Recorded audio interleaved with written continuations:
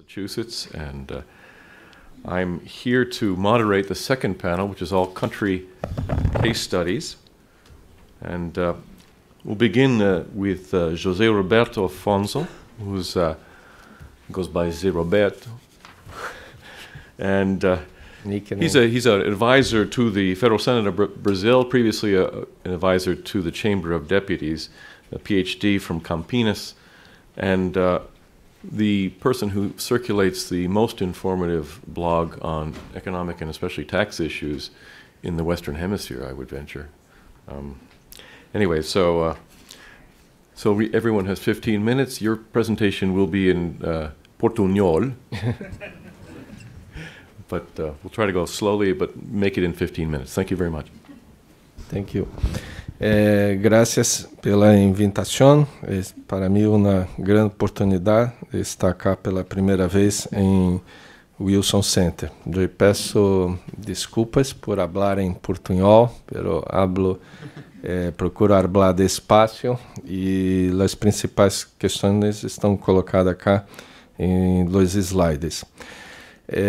O ponto que acá quero defender é que o caso de Brasil é um caso peculiar. Todos são sempre, peculiares, pero o Brasil creio que tem uma diferença grande com o resto da América Latina. Em poucas palavras, é um caso de êxito de arrecadação e de fracasso na reforma do sistema tributário.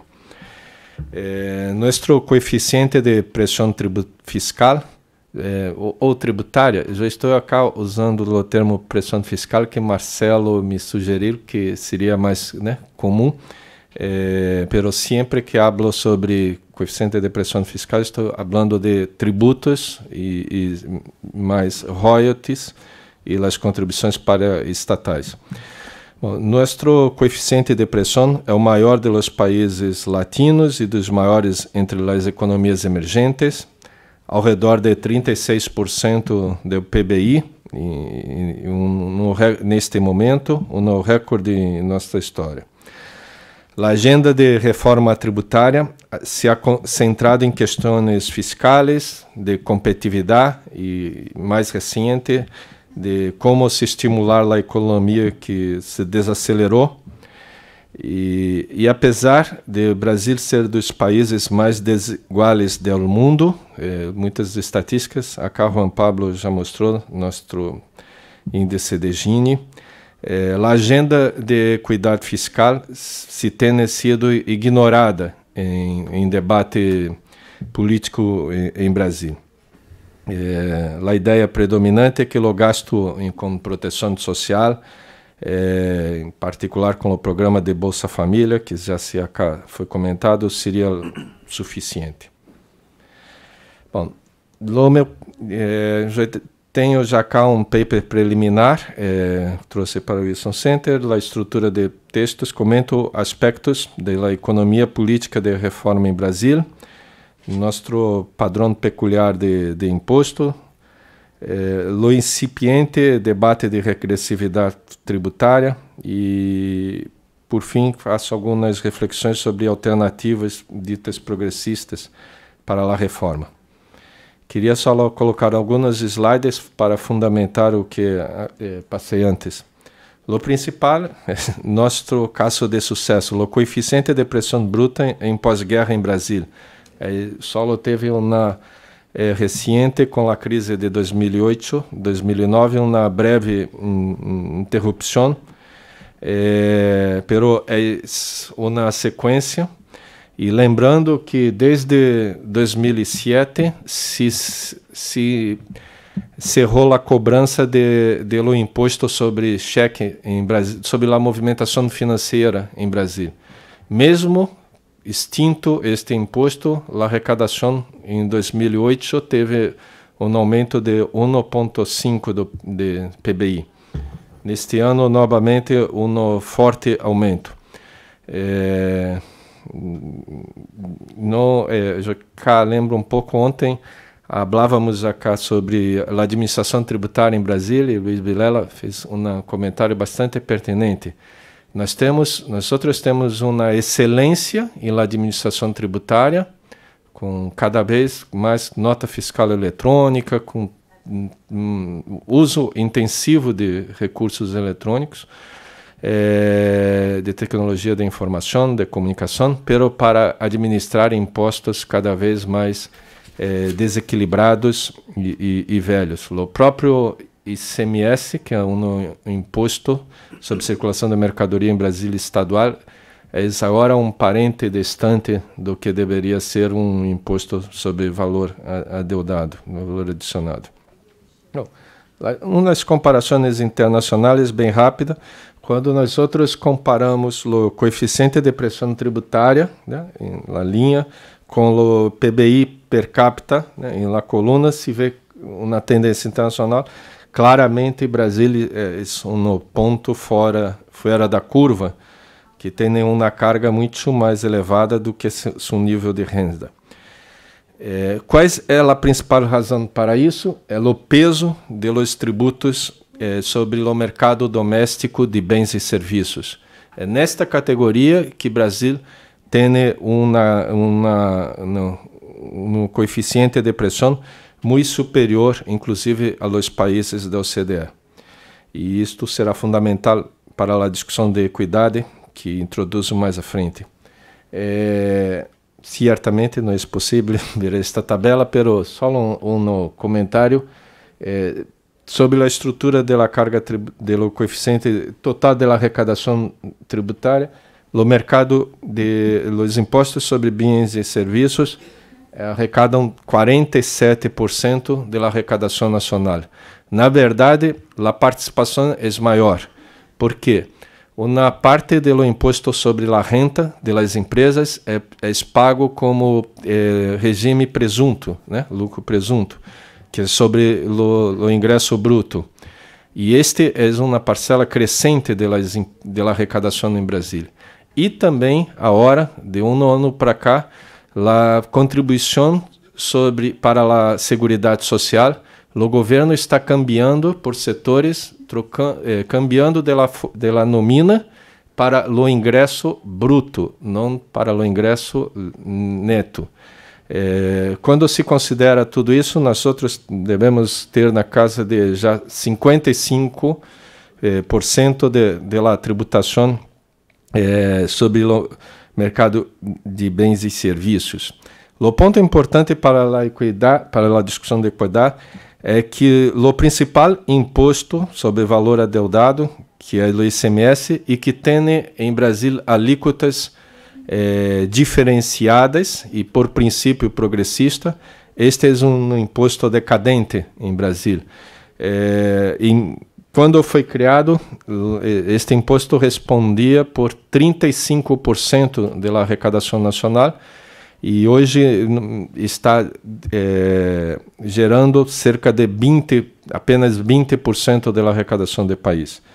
O que se cresce são os impostos indiretos, pero cumulativo. O resultado, para a discussão de nós outros acá de equidade, é que nós outros temos um sistema com uma profunda regressividade. Existem poucos e muitos divergentes cálculos sobre esta matéria em Brasil, conforme o autor se aparece em uma posição ou outra, pero quase todos apontam que há um sistema regressivo. A tributação direta é progressiva, por exemplo, saindo de 3% sobre a renda das famílias mais pobres até 10% sobre a renda das famílias mais ricas. Pero a tributação indireta, e que é muito maior, tem uma situação inversa de 46% para 16%. A situação, portanto, em Brasília é quanto maior a renda, menor o imposto proporção desta renda.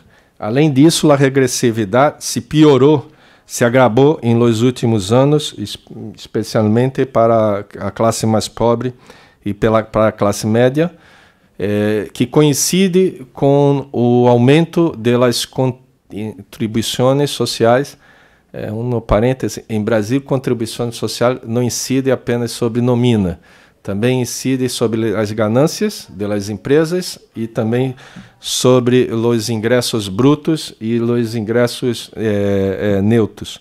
Como estas contribuições têm uma alíquota única, que grava todos igualmente, e o aumento da pressão fiscal foi por conta das contribuições, isto agravou a regressividade. Esse outro gráfico é impossível, temos pouco tempo e só para comentar, né? À direita, os impostos indiretos, regressivos, à esquerda, e à direita, a tributação direta. Para encerrar, e dentro do tempo, quero falar um pouco que a equidade é uma agenda ignorada em Brasil. Na verdade, este é um debate que se ha restringido, que diria nicho, bloco pequeno de investigadores, de pesquisadores, e mesmo assim de poucos centros, de IPEA, da Universidade de Pernambuco, de uma ou outra. Não há menor politização desta questão necessária para que o tema, essa parte de los debates de reforma tributária em Brasil. Para melhorar, para cambiar esta situação de regressividade tributária, eu lembro que nós temos algumas dificuldades para melhorar a tributação de renda e dos salários. E, para mim, o ponto principal tem a ver com o facto de que o trabalho mais qualificado e melhor remunerado em Brasil está cada vez mais organizado como uma empresa personal. Em la estrutura, em lo imposto sobre a renta individual, né, das pessoas físicas, hoje praticamente só os servidores públicos é que estão em la alíquota mais alta do imposto de renda. Em lo setor privado, quem ganha mais é uma empresa. Emprestando um pouco a figura de futebol de Juan Pablo, quer dizer, todos os jogadores de futebol em Brasil, da Liga Nacional, são empresas, não são indivíduos, né? Os jogadores de futebol, os artistas de televisão e os periodistas também são empresas. Por quê? Porque há uma diferença muito grande entre a tributação da empresa e da tributação da renda individual, e se podem optar por ser. Este é um problema que nós temos que enfrentar ou conseguir resolver, e tem repercussões para a seguridade social, porque repete a mesma questão, que só são segurados da seguridade social os trabalhadores de menor renda, né? Como numa obra pública, ou privada, os peões são pessoas físicas e da Previdência. Os engenheiros são empresas.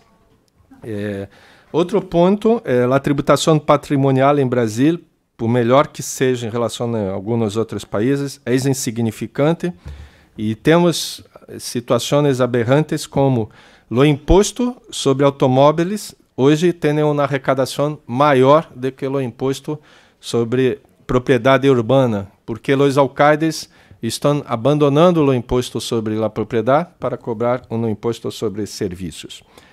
E, para concluir dentro do tempo, registro que temos uma curiosidade. A bibliografia sobre equidade fiscal brasileira, eu creio que é mais de los estrangeiros do que de nós outros brasileiros. Só agora temos o último cálculo mais importante. Até 5 anos atrás, o único cálculo sobre regressividade em Brasil era de 1975.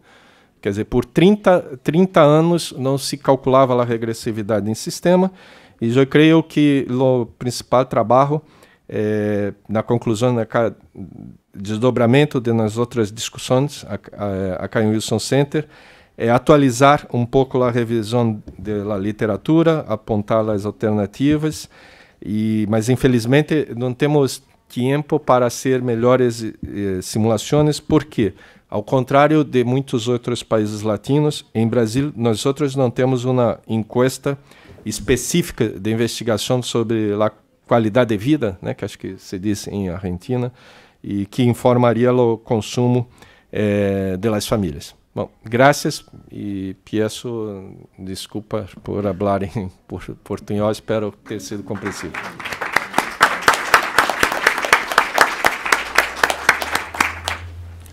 Thank you, Zé Roberto.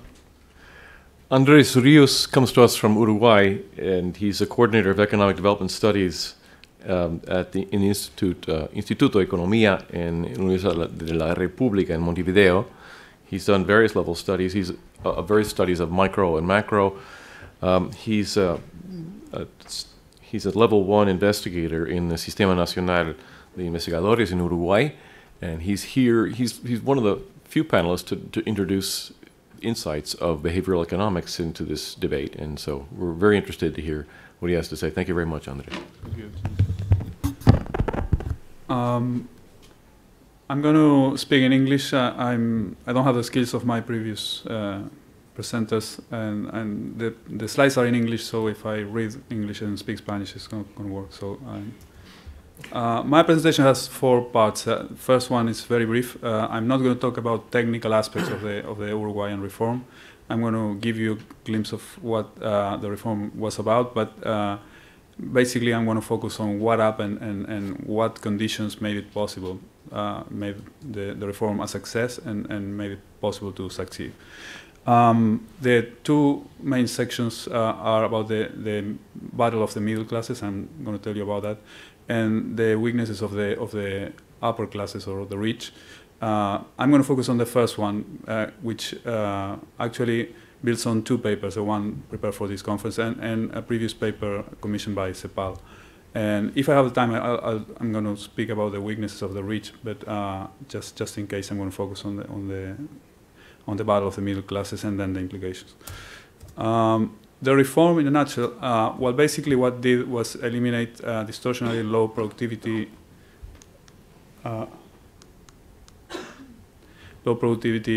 taxes and ad hoc special regimes. It was a simplification of the tax regime and consolidation of very many taxes that have been added to the repertoire of the tax authority through different fiscal crises and events. Consolidated indirect taxes into a VAT and reduced the rates of indirect taxation, kept exemptions and taxes on specific consumption, and substituted, and this is the most important part perhaps of the reform, scheduled taxes on income with single broad-based personal income tax, which is called the IRPF, with dual taxation on income. What's missing, unified taxes on corporate income, corporate profits, so nothing's missing from there.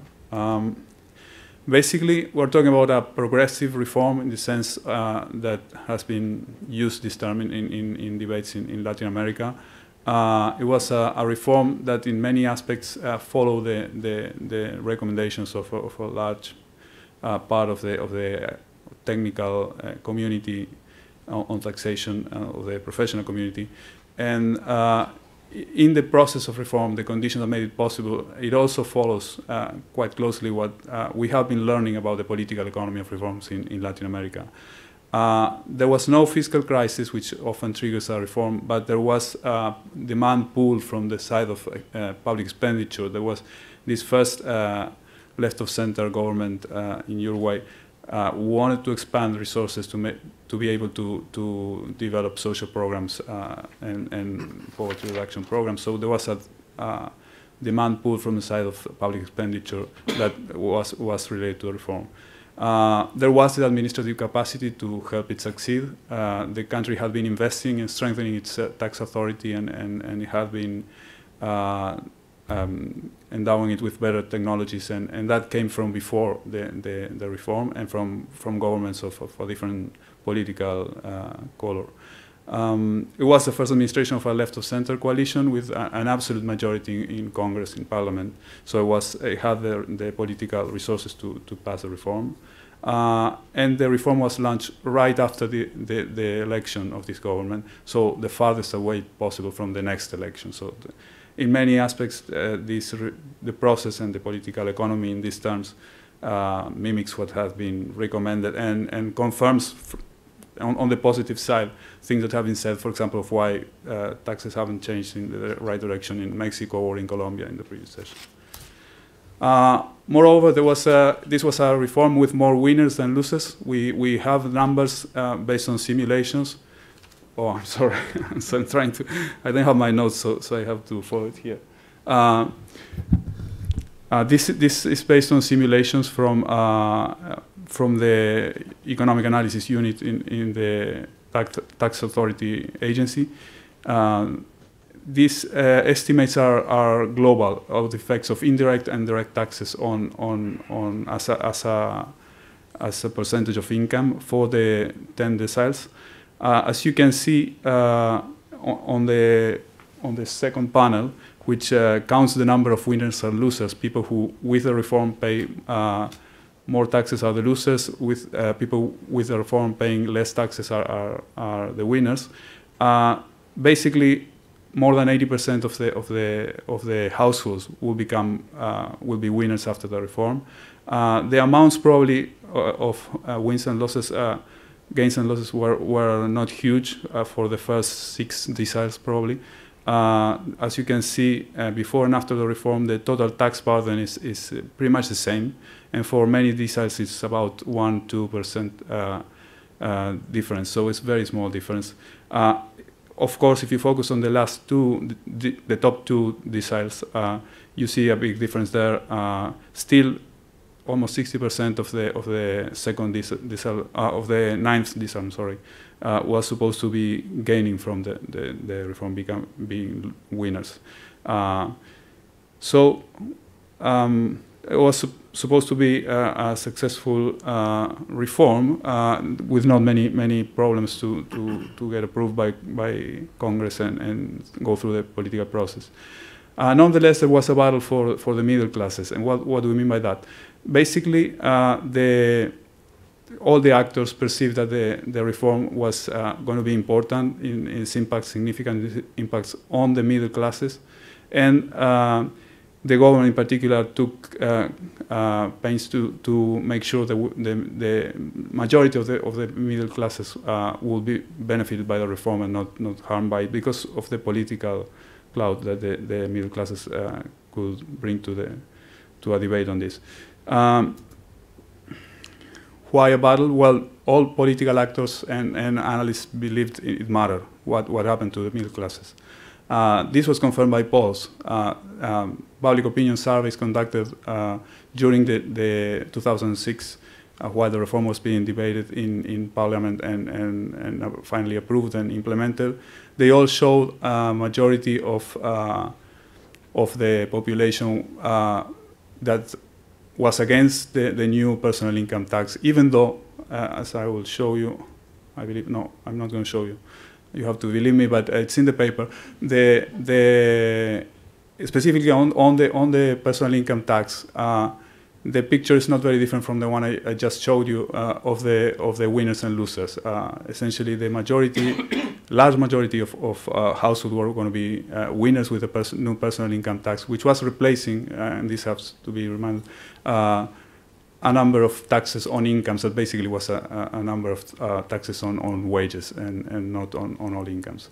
So how come the 50%, a little bit less than 50% of the population was against the personal income tax if they were, most of them were going to be winners? Well, problem is this battle probably couldn't be won by the government. And the government felt that it was losing it, and there were worries, concerns about that. With the benefit of hindsight, we can say it wasn't lost, and I'm going to show you why it wasn't lost. But probably the government couldn't win it. Why is that? Well, first of all, for the government to win this battle, we have to assume the voters can compute the net changes that are going to happen with the reform, or that they can find out about those changes from somebody else. And the political debate doesn't help you very much to get a picture of that. You get all sorts of estimates when the reform is being discussed. So essentially the voters can't compute the net outcome and have reasons to be skeptical of interested parties, and few voters will seek advice. What happens when they are uncertain about something? Well, this is interesting. It's been raised in a paper a couple of decades ago by Raquel Fernandez, and she has shown that, and Roderick, they showed that if we all know that there's a certain percentage of the population that's going to lose, and we're not sure whether we're going to be in the losers or in the winners group, it's most likely that the benefit has to be very large for us to bet for the reform. If there's going to be enough losers, you can always find a way of justifying bias in favor of the status quo. Basically, that's the title of their paper. You're going to resist the change, even if the average effect is positive, if there are going to be losers and you're not sure where you're going to be, on the side of the losers or the winners. And this is what probably happened to many of these voters that who favor the status quo without knowing that there will be winners, but being unsure on which side they will end up. This is an insight from behavioral economics, as Jim was saying, that I think should be taken into account. How do human agents rather than icons behave in an environment of uncertainty? Well, they basically will look at the effects on peers and reference models and try to figure out where they're going to be with an uncertain reform in terms of its impact. If that happens, I'm sorry about that. One back. If that happens, the effects of social dynamics are much more important than the numbers that the economists put on the table. The effects of how people see, for example, their role models. Are they seeing the rich person in the TV show being worried about taxes or not? And that's going to impact on them if somebody's telling them the middle class is going to be losing and you feel you are middle class. I'm going to show you something in a minute. Okay. Politicians assume that being on the side of the middle class is a winning strategy, and reformers struggle to remain on that side. That's just to further argue that there was a battle for the middle class, and it was partly based on politicians' incomplete information and their own rules of thumb to decide how to behave. Now, the battle becomes much more difficult for the government if everyone thinks he or she is middle class. And this is what I would argue is happening in some of our countries. I had this hypothesis in mind, but I was lucky enough to find that somebody had done the actual empirical work of showing that people tend to believe that they are much closer to the median voter than they actually are. This is work done by a team of researchers in Universidad de La Plata in Argentina, Guillermo Cruces, Perez Rublia, and Tetaz did this paper last year. And what they did was a survey, very, very creative, very clever survey. They went to households in Gran Buenos Aires, which is a province or a region in Argentina that's very, very, very similar in cultural terms, socioeconomic terms with Uruguay. That's what helps me bring this result to the table. And what they did is ask the interviewed people, in Argentina there are 10 million households. How many million do you think are below you in the income distribution scale, right? So it's a simple way of asking people which decile do you feel you are.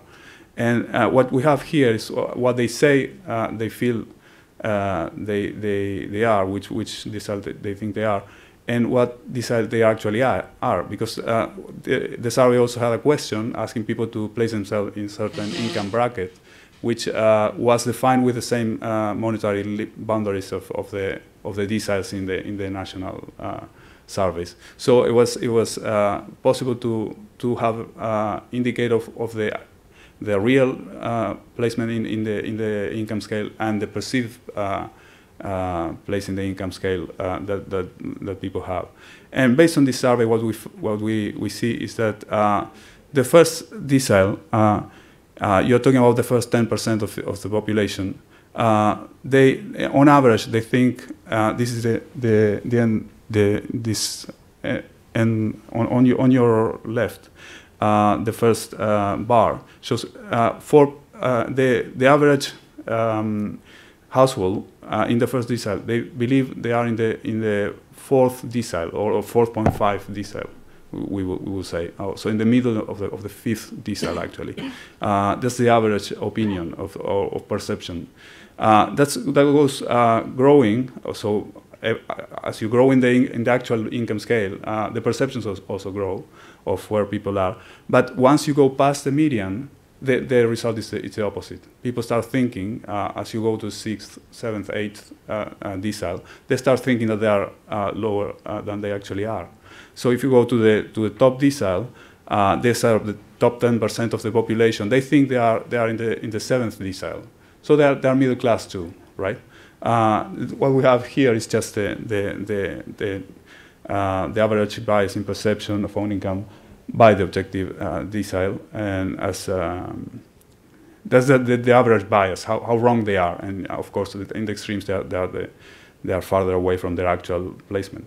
So if we are all middle class, I'm going to jump. What happens if we're all middle class? Oh, I'm sorry.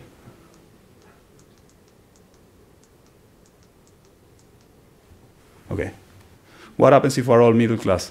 Well, first of all, you have to run pass a reform despite public opinion. You're not going to be able to convince public opinion that the reform is going to benefit them. You can do things to help them, to help the reform go through, but you have to think that reform has to be done despite public opinion.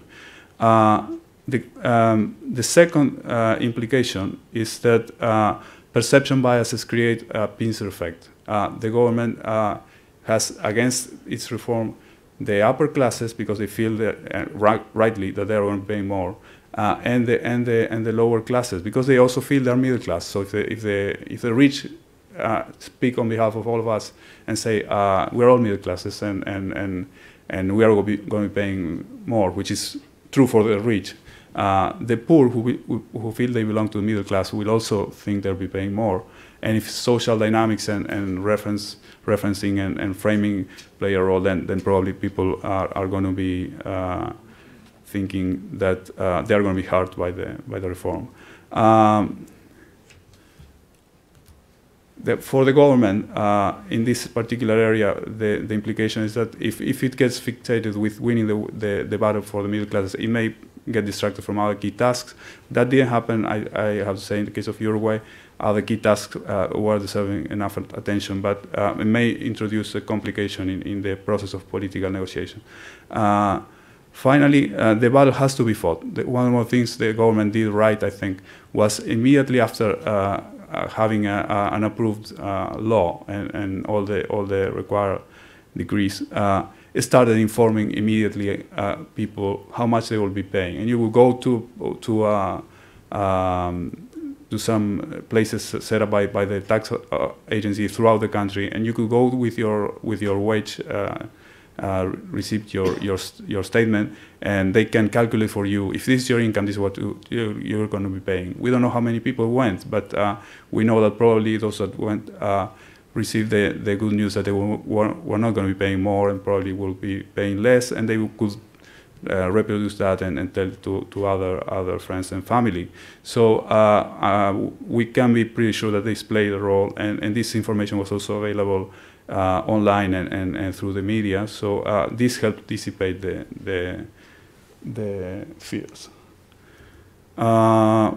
This is just to tell you, well, in fact, the battle for the middle classes probably wasn't lost.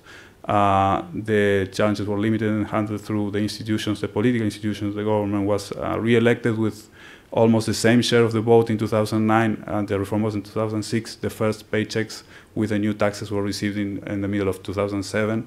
So people had a couple of years to realize they were not paying more. There's no anti-reform movement so far. we have to see what happens in the next election. But the first election immediately after didn't bring any surprises, and there wasn't any movement against the reform. Informing the voters worked, and growth probably helped. This was a period of rapid growth. So for many people, if they behave like humans and not like econs, they would probably confuse the signals. How much of my net increase comes from the new tax, and how much comes from growth, from wages being upward moving. Finally, it must be fought again, but don't expect to win it.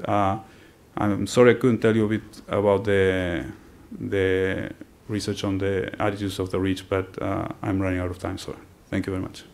Okay. Thank you, Andres. I think we'll have more time in questions to talk about Uruguay, which is a case, from our standpoint, of success reform. So next we have Tasha Fairfield, who has the distinction of being the person who crossed the Atlantic to get here. She's at the Department of International Development at the London School of Economics and specializes in taxation. She's going to talk about Chile. Great, thank you. Thank you. So one important aspect of making Latin American tax systems more progressive that a number of people have already mentioned is that we need to legislate reforms to close loopholes and eliminate regressive tax exemptions. And of course, the problem is that economic elites are often well positioned to influence policy and block reforms that would increase their tax burden. So the question then is, when can governments increase taxation of economic elites, and how much scope can they create for reform? So I'm going to just really quickly outline a framework for assessing constraints to taxing economic elites. And I'll focus on two different kinds of power through which economic elites can influence policy. And then I'll discuss strategies that governments can use to sort of circumvent these obstacles. And then I'll focus on a couple of cases from Chile. So when economic elites have either investment power or political power, their interests tend to shape policy decisions. And investment power is basically, this arises from a perceived threat that a reform will lead to reduced investment. So if policymakers think a reform might hurt investment or cause capital flight, they're likely to rule it out for fear of harming growth and employment. So investment power does not require any organization or political action. So market signals just coordinate the behavior of firms and investors in the economic arena. So political power, in contrast, entails deliberate political actions like lobbying. And it can come from various sources, which I categorize as either relationships with decision makers or resources. So the relationships that I've listed here sort of enhance access to policymakers and may create bias in favor of economic elites. So the more institutionalized relationships, like partisan linkages, tend to give elites more consistent influence. And partisan linkages is just a term that I use to describe what's called a core constituency relationship between economic elites and right parties in particular.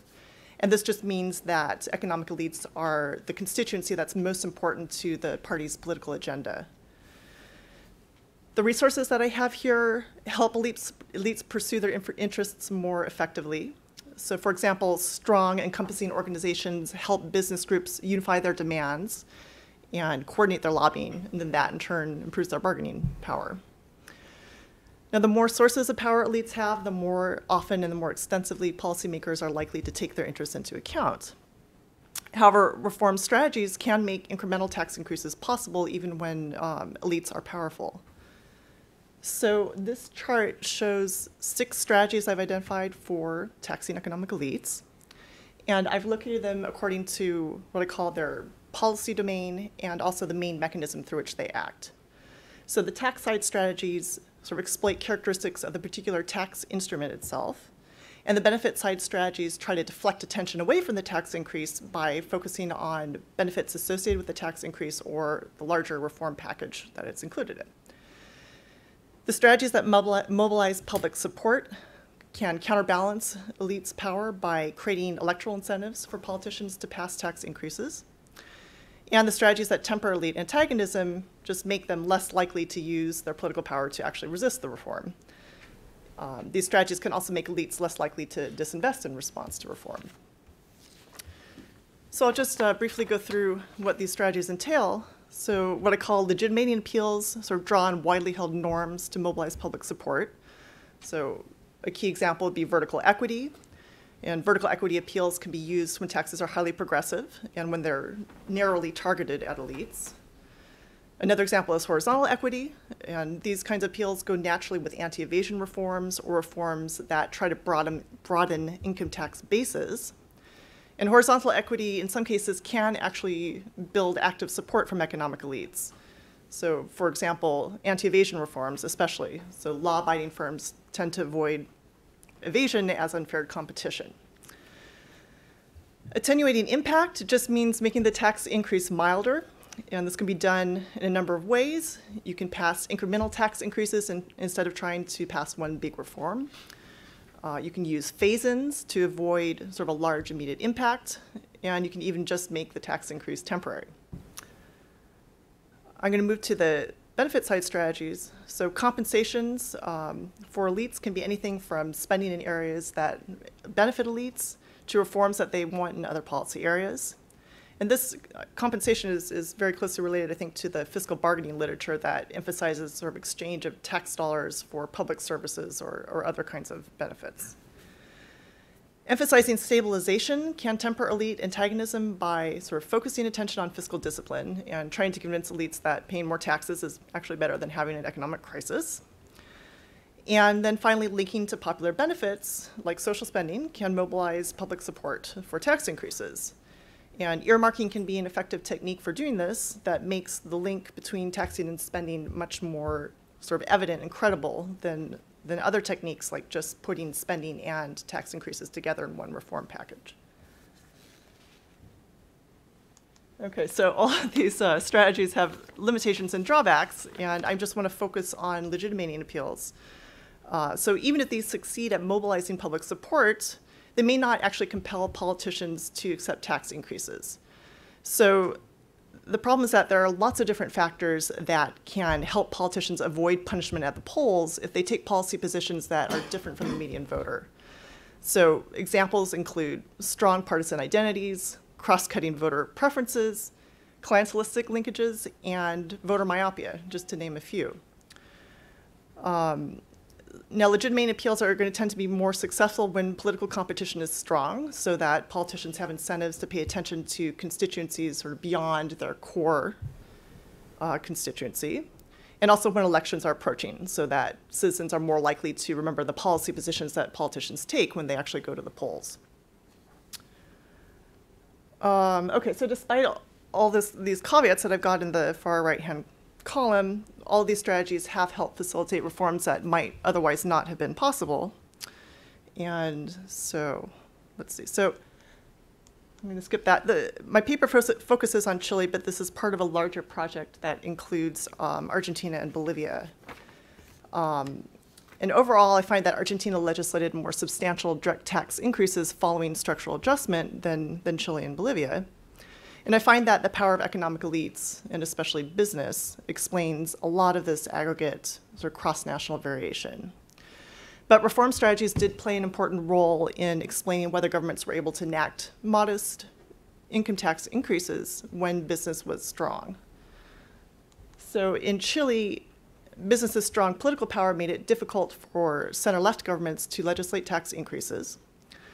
And business's political power came from sort of two main sources: strong organization and partisan linkages. So Chile has a very strong, prestigious economy-wide business association, and it really helps forge consensus and coordinate lobbying across sectors, especially on sensitive issues like taxation. So business is very pro-low taxation in Chile, and it tends to frame tax increases as confiscation of property. And business is also a core constituency for Chile's two right parties. So business and the right share common ideological origins in the dictatorship, and the right has ties to business that date back to that period. And the right was an effective business ally thanks to its strength in Congress. So from 1999 to 2005, the right and the center-left were basically tied in the Senate. So strong organization and partisan linkages helped business and the right form a united front. So the right often took instruction on tax policy directly from business, and business and the right coordinated their lobbying. and therefore increasing taxes required very difficult political battles. But the Concertación, the center-left coalition, was able to legislate some incremental tax increases by using multiple reform strategies. So this chart here shows all of the revenue-raising and/or elite-targeted reforms legislated in Chile during the Concertación's 2 decades in power. For each reform, I put sort of the primary or most important strategy in bold. And some things to notice here are basically governments almost always use multiple strategies to make reforms feasible, so 3 or 4 or more. Equity appeals were very common, and linking to popular benefits, or especially social spending, was a key feature of tax politics in Chile during this period. So business and right party informants told me that this strategy did make it harder for them to oppose tax increases, and government informants regularly emphasized that linking to spending was sort of the thing that you have to do in order to get a tax increase passed. For each of the reforms, I've labeled the linking technique.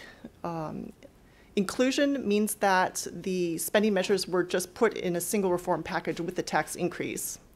And that's a stronger technique than just sort of talking about connections between taxation and spending. So it's a stronger technique than discourse, because it forces politicians to discuss the taxing and the spending measures at the same time. What I've called contingency here is the strongest possible linking technique in Chile, since earmarking is unconstitutional. So because the executive has exclusive initiative on tax policy, proposals can be worded in such a way that if the tax measure is not approved, then the spending measure will not go into effect. And then I wanted to point out also what I've called emphasizing fiscal discipline here sort of always went along with compensation or linking to benefits. And emphasizing fiscal discipline is sort of a preemptive version of emphasizing stabilization. Okay, so now I want to turn to, I'm going to talk about 2 of the Lagos administration reforms. So the 2001 anti-evasion reform and the 2005 reform that eliminated sort of a tax subsidy for stock owners. And both of these reforms enacted marginal income tax increases by broadening tax bases. The anti-evasion reform focused on corporate taxes, and this 2005 reform focused on income tax, or personal income taxes. And equity appeals were sort of the main strategy in each of these reforms. Okay, so the 2001 anti-evasion reform was mostly designed to fight indirect tax evasion, but it did include some measures to cut back on unjustified income tax benefits that sort of facilitated avoidance. So the right had blocked similar measures in the past, so the government anticipated that these were going to be very controversial measures. Now the right, or the government, used both vertical equity and horizontal equity appeals. I put a couple examples on the slide. And these appeals were also applied to these income tax base broadening measures. So the government sort of equated tax avoidance with tax evasion in terms of impropriety, even though, of course, avoidance doesn't actually break the letter of the law. In framing the income tax measures as sort of cutting back on this morally unacceptable behavior, instead of just simply being a way to raise revenue, was aimed to delegitimate business opposition. Okay, so evidence suggests that this reform did help the government maneuver the package through Congress. So informants attested that this strategy put a lot of pressure on the right and did create space for these measures that otherwise might not have been possible. So 2 of the right senators on the Finance Committee sort of told the press that they abstained instead of voting against the reform because, quote, otherwise Lagos would have said the opposition is against combating evasion. And one of these senators later told me, the bill's title, Evasion, it suggests going against criminals. It's very hard to oppose someone who presents that framing. But equity appeals were not enough to pass this reform, so the right delayed it in the Senate until the executive negotiated some significant concessions on these income tax measures. So why did the equity appeals have sort of a limited, if important, effect on the right? I think the most convincing explanation lies in the nature of voter party linkages in Chile. So Chile's main right party draws support from low-income voters through small-scale clientelism. So there's sort of little reason to expect that the right's positions on economic policy would actually affect the support that it gets within the mass electorate. And the timing also mattered, so elections were many months away, and there was plenty of time for voters to just forget about this issue before they went to the polls. Okay, so legitimating appeals also helped the government legislate this 2005 reform. And in this case, vertical equity appeals generated much stronger incentives for the right to deviate from their core business constituency, given the unusually high salience of inequality during a presidential campaign. So this tax benefit, known as 57Bs, was basically a perpetual subsidy for owners of first issue stocks. And almost all the beneficiaries belonged to the richest 0.5% of adults. And the center-left coalition had always wanted to eliminate this subsidy, but business and the right had always blocked the reform. But an opportunity arose in 2005 thanks to unexpected electoral competition from the right on the issue of inequality. And so the right candidate basically tried to blame the center-left for Chile's persistent income inequality. And inequality really became the central campaign issue during the following weeks. So the government seized this opportunity to propose eliminating the stock owner tax benefit, and this strategy ended up being highly successful. So in contrast to the anti-evasion reform, debate on this reform was really minimal. The right candidate accepted this challenge from Lagos, and the right legislators followed his lead in the Senate. So almost this bill got essentially an unanimous approval in Congress. So basically, the high salience of inequality during the campaign raised the anticipated political costs to the right of defending business interests. With only 6 months until the election, it was possible that voters might actually remember the right's policy position. And in fact, it was widely acknowledged that electoral considerations motivated the right to accept this reform. So, for example, a right coalition deputy told me this time the opposition accepted things that usually it was not willing to do so as not to harm the presidential option. Okay, so I'm basically done. So overall, these two Chilean cases and the larger set of reforms that I look at sort of show that when business power is strong, you're unlikely to get significant tax increases, but these reform strategies that I've identified do make incremental reforms possible, and I've just put some policy implications there. So I'll just stop. Okay, thank you, Tasha.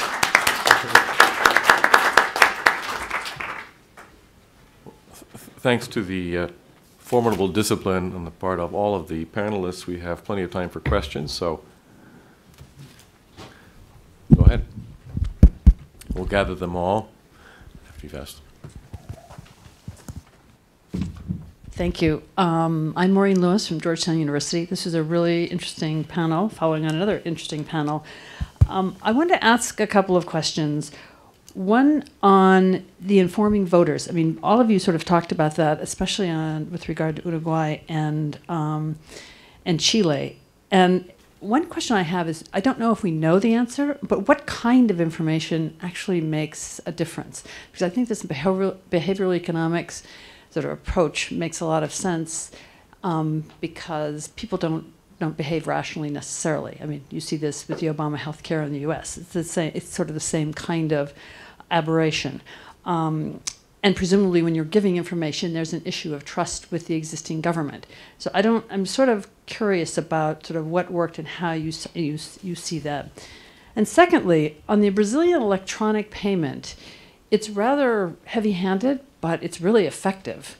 Is that something that other countries could do? I mean, certainly Uruguay and Chile could do it in terms of having the capacity to do it. And it's been quite an effective way of ensuring that taxes are paid by, for example, on luxury goods, which can be easy to avoid. So I was sort of curious on your sort of collective views on those topics. Thank you. Thanks. There's other questions here.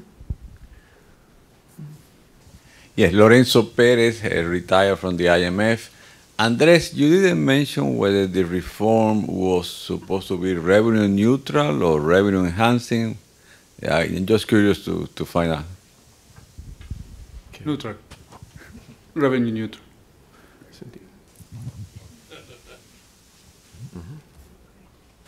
Thanks. Cindy Arnson from the Wilson Center. Tasha, you made a fascinating reference to the campaign. of Lavin versus Lagos. And I was wondering, you know, if you could expand perhaps on under what circumstances are political figures or candidates or members of Congress of the right forced into a more populist position to sort of defend the people against, you know, the rights of a small number of people. Other questions? Right here. Yeah. Sí, una pregunta. Bueno, primero una pregunta a hacer Roberto con respecto a, bueno, en su presentación, o mejor dicho, en las presentaciones posteriores hubo una referencia a la relación entre élites económicas y élites políticas y la posibilidad de implementar reformas.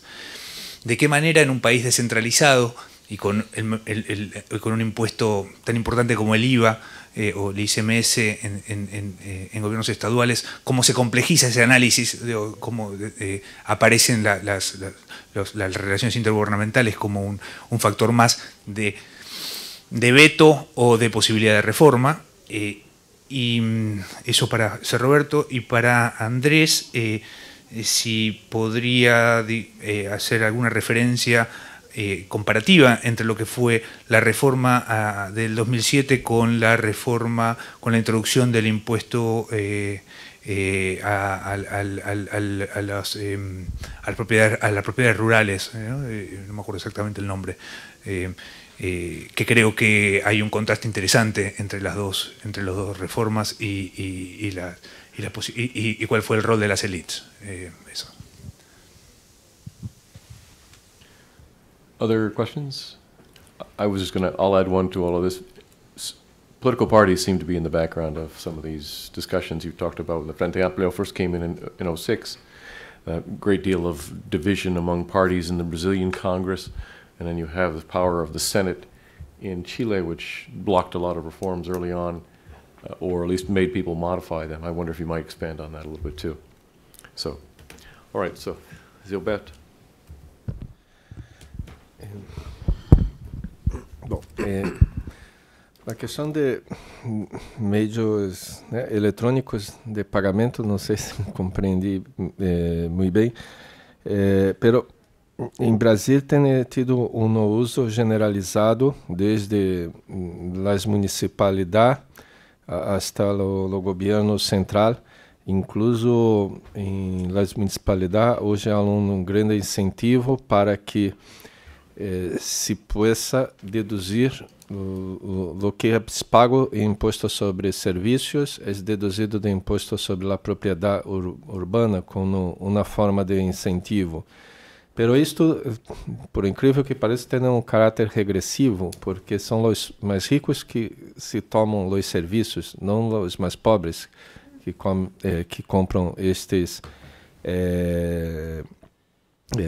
serviços, e por isso que a classe média, os mais ricos, é que conseguem ter acesso a esta vantagem relativa que não os mais pobres. Há por coincidência, hoje, exatamente hoje, está entrando em vigor uma lei em Brasil que obriga que os comerciantes tenham que discriminar em la nota quanto que há de 7 impostos sobre mercadorias e serviços. Havia uma grande resistência do empresariado, dos partidos, digamos, um pouco mais à direita, e a presidenta Dilma não fez veto parcial, mas manteve a lei, e muitos, como no caso, esperamos que isto possa ser um câmbio cultural bastante importante para esta discussão que nós temos, porque há uma carga impositiva bastante elevada, pero o povo não tem ideia, né? Muitos acreditam que quem recebe a bolsa, os pobres que recebem a Bolsa Família, não pagam imposto, porque ele não tem salário, não tem nomina, não tem nenhuma propriedade de um automóvel ou de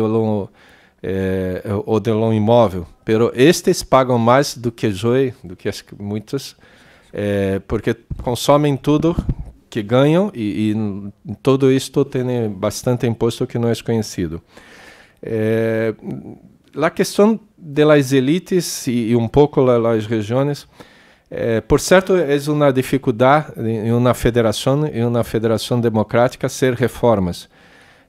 Pero nós já conseguimos fazer uma lei de responsabilidade fiscal, conseguimos fazer alguns cambios estruturais importantes. Eu creio que hoje, em Brasil, minha opinião pessoal, há mais carência de vontade política efetiva de fazer o câmbio do que de alternativas técnicas. Todos sabem o que é preciso fazer para melhorar o sistema, tornar menos complexo, mais simples.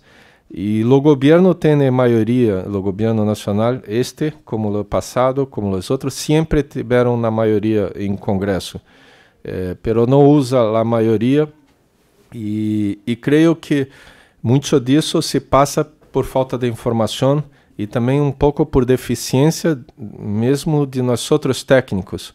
Só para encerrar, por exemplo, eu creio que é conhecido que em Brasil há o imposto estadual, né, o IVA provincial, que é algo, né, crescente, e nós temos uma guerra fiscal cada vez mais intensa.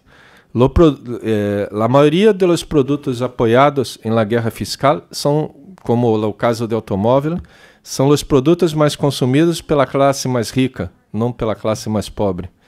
E nós não temos conseguido mostrar, em minha opinião pessoal, mostrar isso para os políticos, transmitir para os meios de comunicação para tentar um pouco cambiar a situação. Andrés? Yeah, thank you for the questions. I guess I'll start with the shortest answer. Yeah, the reform was not supposed to increase total revenue. It was actually presented to the political parties, to the business organizations as a revenue neutral reform. That makes it, in a sense, easier for the reformer. But on the other hand, all redistributed gains that you can get are going to be zero sum. If you give something to someone, you'll have to take it from somebody else. So in that sense, the challenge is still there. And when you think about the resistance from the elites and the business, which are probably the hardest for the reformer to confront, you have to think, and this is something I couldn't do well yet in my paper, but you have to think of this reform and other reforms. If you said in this reform, which was basically the one that will affect the whole population and business and households, if you think only of this reform, you may miss part of the picture, because some of the greater exemptions were actually discussed and passed in a different piece of legislation. And those are the investment promotion incentives, which I must say were designed in a very transparent way, unlike previous case in Uruguay. It was a generalized regime for all sectors to get subsidies, tax subsidies, if you invest under certain conditions. So, but there was another negotiation going on, and to understand the whole thing. And so, actually, the second negotiation was putting pressure on the first one to, if possible, to increase the revenue. But it wasn't the first concern. Regarding the information to voters, I don't think I don't have an answer to that, but I could see thinking of voters as information and computationally constrained, and as more like behavioral economics thinks of voters, and perhaps some sociologists as well. I think you can see clear difference between an ineffectiveness of three types of messages.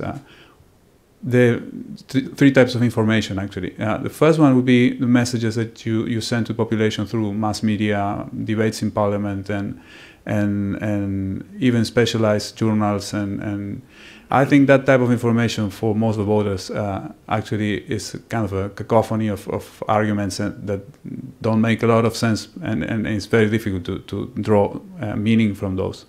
For most voters, in the end, probably what matters are a second level of information that the government can convey, which is based on signals. And one type of signal that I think was key in the case of Uruguay's successful reform was the signal that the government was being equally tough with all segments of society. It was going to be fair, and it was going to make and enforce the law throughout the social spectrum. So at the same time you were asking some people to pay more taxes, you were making sure everyone was paying more taxes, and it was everyone in the literal sense. I mean, it was the tax agency was being careful of not discriminating against or in favor of social groups or different sizes of businesses. The small business was being looked at carefully, as well as the big business at the time. So that was something that was coming from the previous administration, and the Frente Amplio administration basically thought it was very helpful in the process. But that was a kind of signal that the voter could see, well, this is for all of us. It's not just for the rich to get a better deal, or just to target the rich. And finally, I will answer two of the questions together. The question from Juan Pablo and the question of political parties. The part of my presentation I couldn't show you was about these issues. And regarding political parties, one key difference in the case, or a few key differences in the case of Uruguay compared to, for example, Chile, is that political parties in Uruguay are not class-based, and they have the politicians have very weak linkages with the economic elites.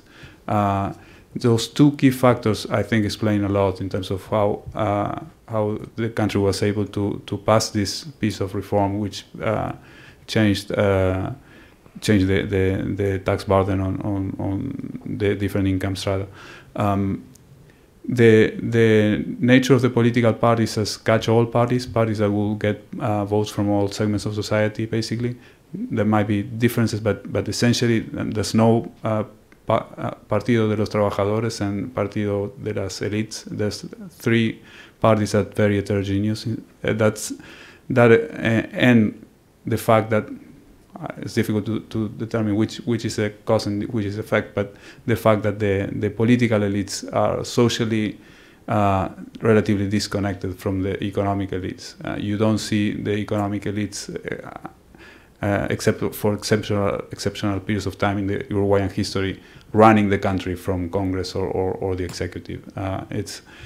So the political system as a whole has relative high autonomy from the economic elites, and that helps explain a lot of what's happened. The impuesto a la concentración de la tierra, a new tax on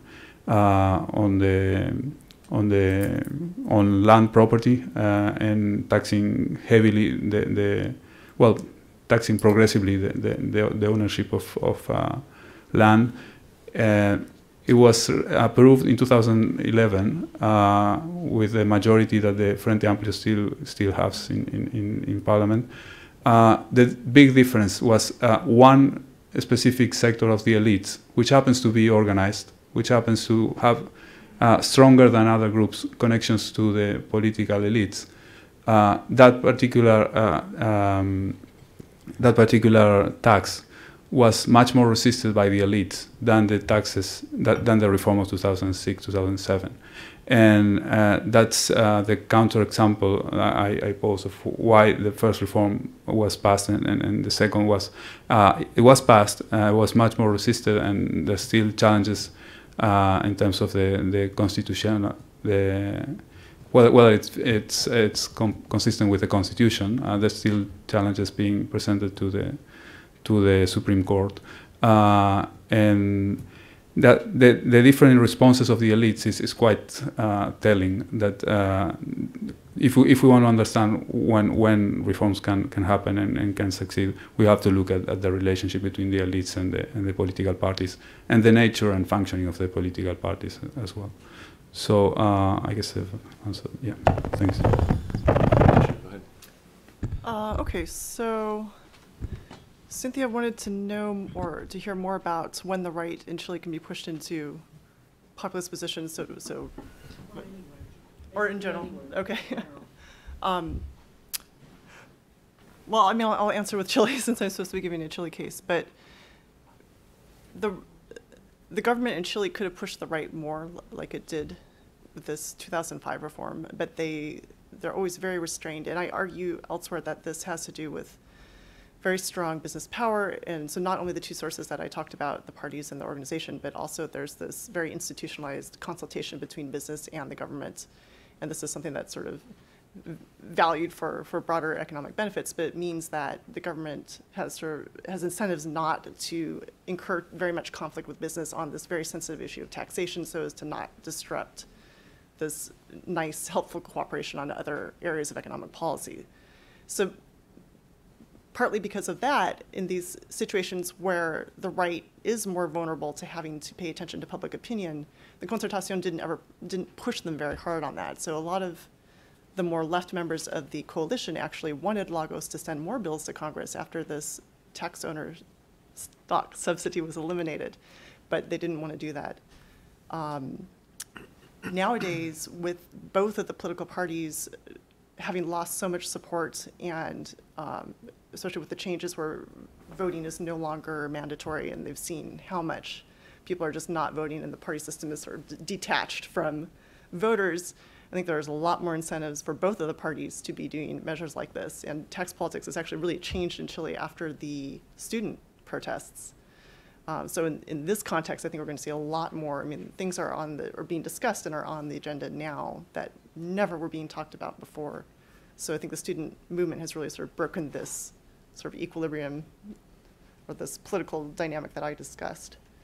So hopefully that was a partial answer. And I'm not sure I have much more to add on political parties at this stage.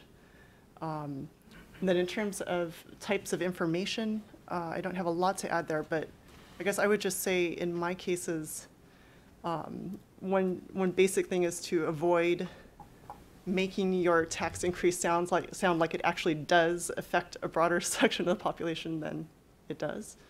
So there was a case with trying to create a personal income tax in Bolivia that was a disaster for many different reasons, but it didn't help that the president at the time sort of said, you know, we're asking the middle class to bear this sacrifice, when in fact, you know, that was this expansive notion of the middle class, because this tax was really only going to affect, I can't remember the number, but 1 or 2% of the population, very, very tiny.